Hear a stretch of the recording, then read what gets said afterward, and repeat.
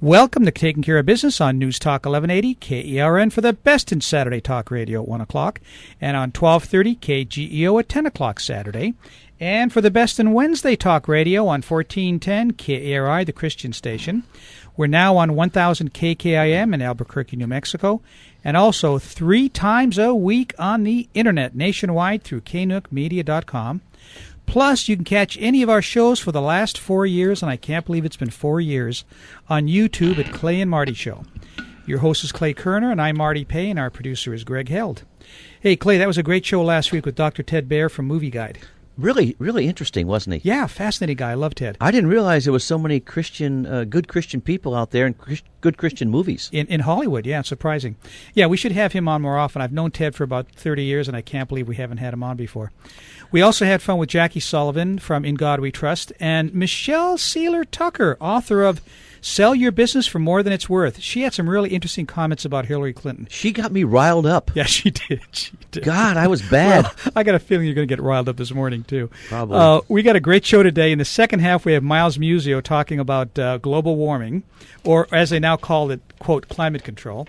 But our first guest I've really been looking forward to talking to, the Sheriff of Pinal County in Arizona, Sheriff Babeu. Sheriff, welcome to Taking Care of Business. Clay and Marty, thanks for having me on. You know, like I said, we've really been looking forward to having you on. And, I need your help with something, Sheriff, to start off with. Clay... Yeah, he got a ticket. Yeah, I got a ticket. So what's new? I'm always getting speeding tickets.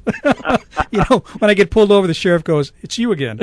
But, Clay and I are just two middle-aged guys, on the radio here, with limited social skills. So we're not that brilliant. So, I need your help with something. I looked in the dictionary this morning under the word illegal. It's a pretty common word. It said against the law, against rules, contravening a specific law. So, being the inquisitive person I am, I looked up the word law. It said binding or enforceable value, a rule of conduct or procedure recognized, and this might be the hook, recognized by a community as binding or as enforceable by authority.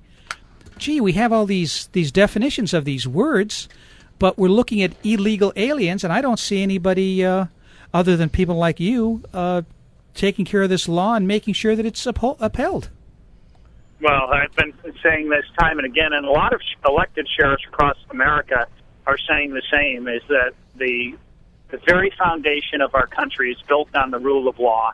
And for you and I and other Americans that are listening to your show, the law applies to us. But if you're from a foreign country and you disrespect our laws and our process and you come here illegally, it appears that there is no law, because there are no consequences. So this has got to stop. We have to have real consequences for breaking our law and disrespecting our process. But every time you follow the law and you implement the law and you do what you're supposed to do, you get in trouble. And everybody does. And this is where the definitions that you just read clearly outline that these are laws that have been passed. And now what is more evident is that the president, through an executive power grab, time and again, in everything that he does, from the EPA to the IRS and to all kinds of federal authorities, here is probably one of the strongest examples of our immigration law.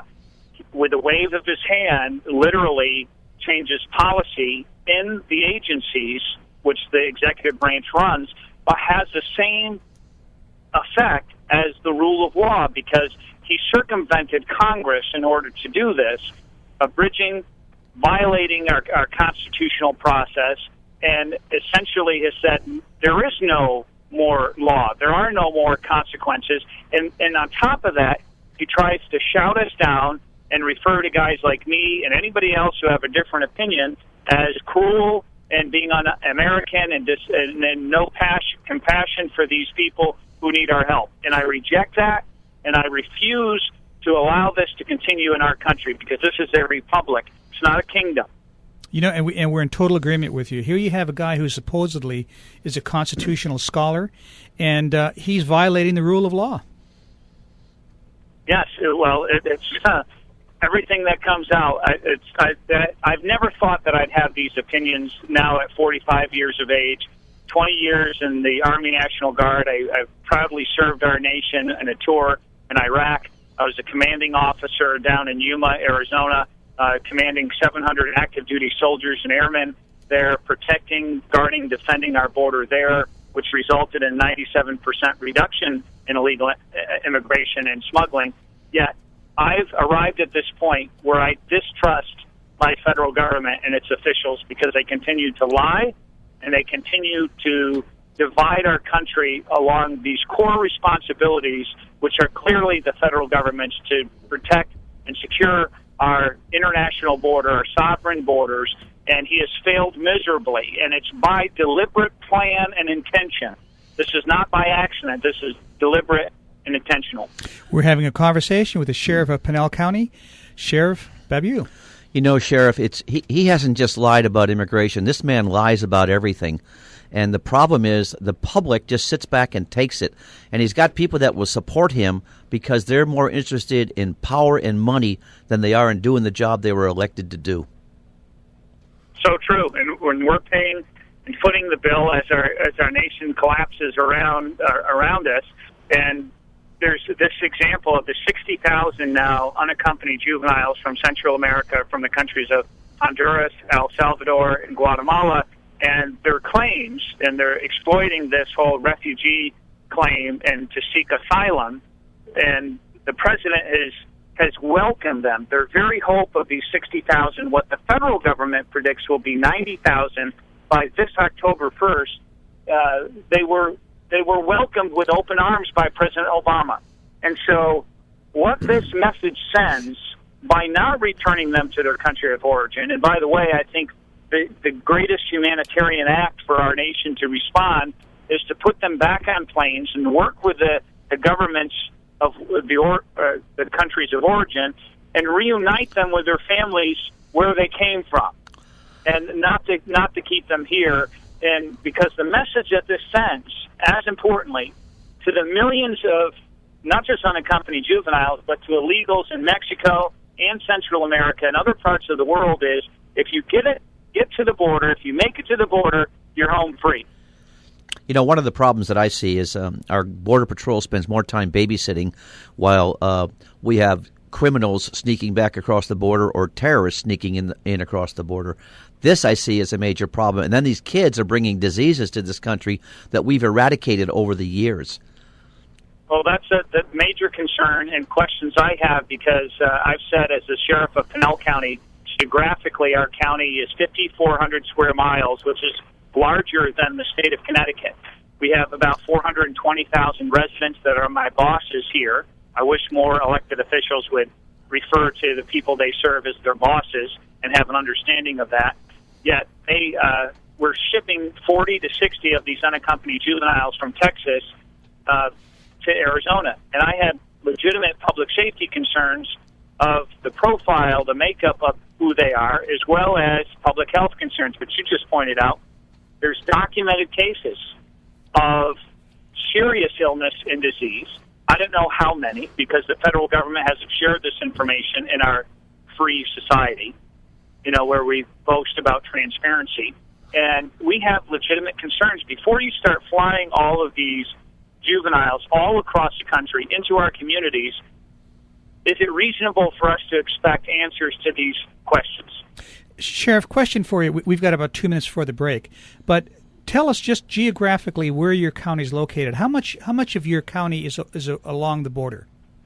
We actually sit sandwiched in between Metro Tucson and Metro Phoenix.